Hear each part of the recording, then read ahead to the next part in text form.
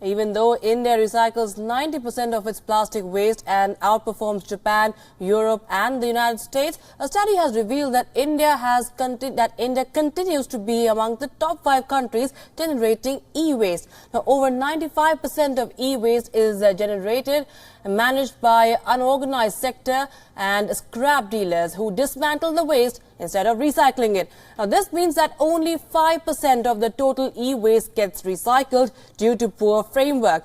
The joint study by ASSOCHAM NEC reveals that other countries topping the chart of e-waste generation are China, USA, Japan and Germany.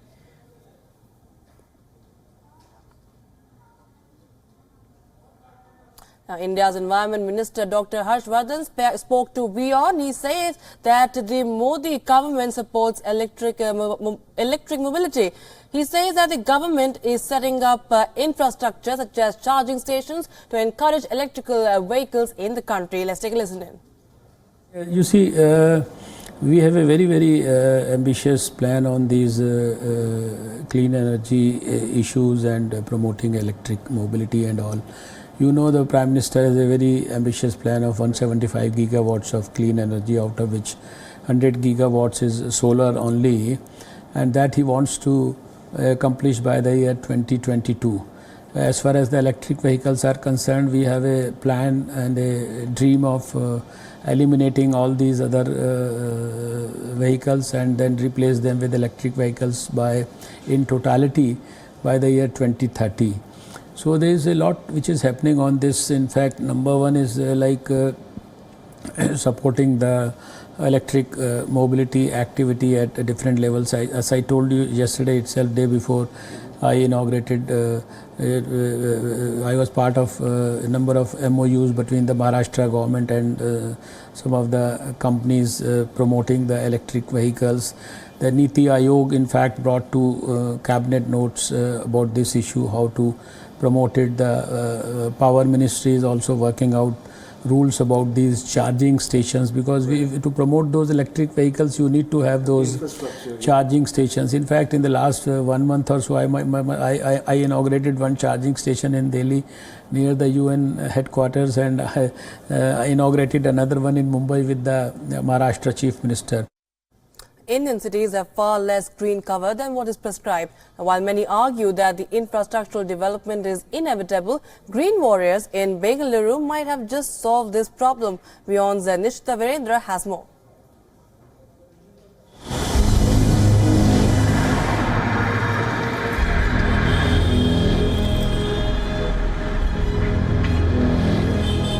The depleting green cover in Indian cities has been a cause of concern for several years now.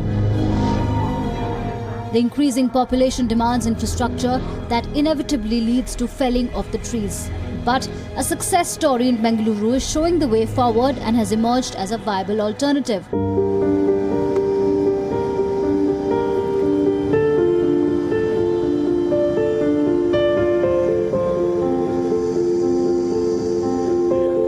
Vijay Nishanth, a tree doctor in the city, went against all odds to translocate 108 trees in the Whitefield area that would have otherwise faced the axe owing to the construction of a metro train route. Without much support and a warning from the authorities that the exercise would be expensive and futile as the trees wouldn't survive, Vijay and his team went ahead with the drive. Today, all 108 trees have not just survived, but new leaves are sprouting too. 2007 is the last time the Bengaluru conducted a tree transplantation. It never been a successful and everything. Recently, Sajapura, 4 trees we edited. That has been a very successful. But when we said it at 100 trees and all, they said it how is it possible? The money and the machinery, whatever it is going to be so costing. Is it going to get a percentage? What is the success rate you're going to get? It is a 60, 50. Today they themselves can see all the 108 trees has been saved. Because the only thing is what we had the intention of saving it actually. Look at the Satyasai hospital given as a space and the all the manpower, the water and everything. Today IDT itself is given a machinery and the manpower. Metro helped us. And with and alumni, Satyasai alumni has given all the medicine cost and everything. With the zero money, all the first time in India citizen group able to achieve this one. All the trees are alive.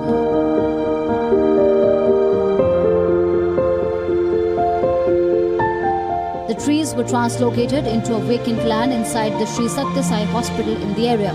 Stakeholders say the 100% success rate has left them elated. Trees are our only saviors. So therefore, everybody should make every attempt to increase the number of trees as well as to preserve what we have. That should be the goal. That is to protect our own selves. With a very selfish interest, we should do it.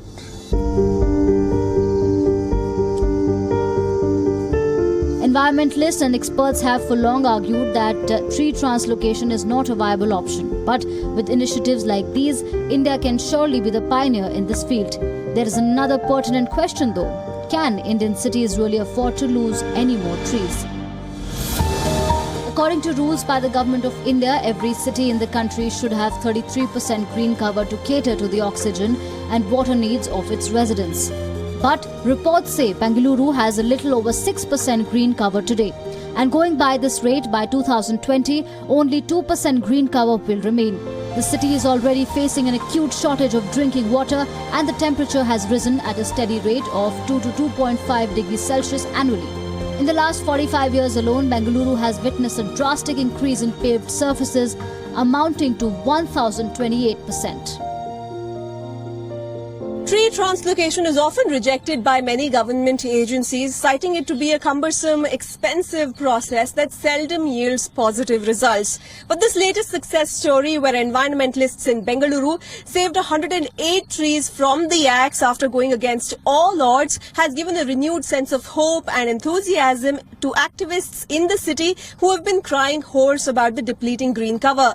It also offers a viable solution to activists across the country who have been fighting against erratic urbanization. In Bengaluru with video journalist Chandan, Nishtita, WION.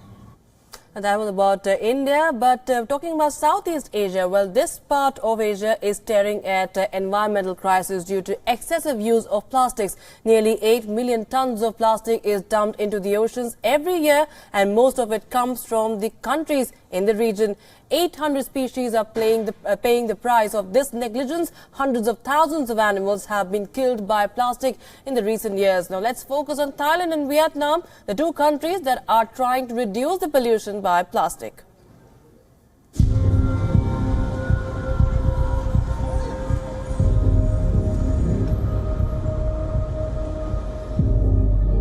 Plastic is choking the planet.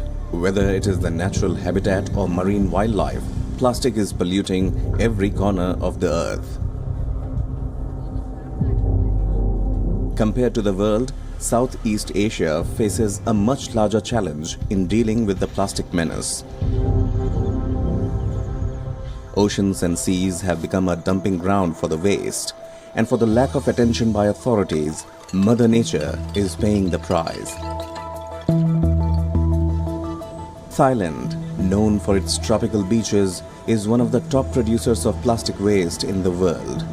Environmentalists say, while people are aware, authorities are yet to put in place an action plan to tackle the issue. ทุกคนรู้ว่าเกิดปัญหาละแต่การที่จะเกิดการทำงานร่วมกันเพื่อที่จะนำไปสู่การลดได้จริงๆเนี่ยยังไม่เห็นแผนร่วมด้วยซ้ำนะเพราะว่าในเรื่องของอาเซียนเองเนี่ยเขาก็บอกว่าอันนี้เป็นเรื่องที่ต้องทำแต่แอคชั่นแพลนจริงๆเนี่ยเรายังไม่เห็นว่ามันจะทำยังไงเพื่อที่จะนำไปสู่การลดร่วมกันได้จริงๆนะคะ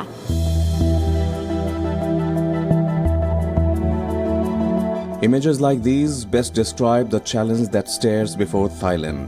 This whale choked on plastic bags and died after suffering for 5 days. An attempt to rescue the whale by a team of veterinarians. An attempt to rescue the whale was in vain. An autopsy report found 80 plastic bags and 8 kilograms of other plastic items from the whale's stomach. Vietnam too is battling the plastic menace. The country is the 4th largest contributor to the pollution of marine bodies. This beach, located south of the capital city of Hanoi, has more plastic than sand, and the locals are helplessly staring at an environmental crisis. The UN Environment Head Eric Solheim has praised Indian Prime Minister Narendra Modi, saying he is a key world leader on climate issues who took the initiative to promote solar energy. Well, let's take a listen in. You mentioned about technologies. Now, one problem which India in particular faces, given its size and population, is accessibility and affordability. Now, what can India and the UN environment do together to make those technologies become available to the Indian masses easily and affordably? That is the central question, because when people in the past invested heavily in coal, it was not because they thought coal was good for our health or good for the environment. They understood that it was harmful both to health and environment, but it was the cheapest energy source. But now everywhere in the world, solar has come down to a price which can compete with coal, in many cases even cheaper than coal. And that of course makes the trick, because solar is much better for our health, much better to avoid pollution, much better for the environment, much better for animals, for plants. But when added, it's also cheaper, because the future of the world is renewable, no doubt. And again, China and India is leading this charge of the world. And Prime Minister Modi has set a very ambitious target of achieving solar or harvesting or harnessing solar energy. He's also spoken about Ganga rejuvenation program. When you look at, on balance, when you look at the government's policies, you think India is doing enough or appreciably in the last, say, few years to tackle these issues? Well, my role is not to tell any government that they're doing enough. I'm telling every government that they need to do more. But I need to also be fair, and in all fairness, China and India are now leaders in the green shift which we are seeing in the world. But say cleaning up Ganga River is a huge task. This is one of the most heavily polluted rivers in the world, while one of the most holy, one of the most essential is feeding, of course, in different ways, hundreds of millions of people. It's the holy river of Varanasi and so many other, Allahabad, so many other places. So it needs to be cleaned up. Here, China has shown the way, so while it may not always be popular in India to learn from China, let me make the modest proposition that please look into what the Chinese have done, because they have cleaned up some of the most dirty rivers in the world. In the central province of Zhejiang, they had in the past what they call milky rivers, not because they tasted like milk, but because they were white of pollution. Now they clean them up, and with enormous benefit for health, for the environment, and for tourism. So they get, overall, it's an income generation thing. You get any number of new tourists coming, providing for any number of new jobs. So it's an overall win.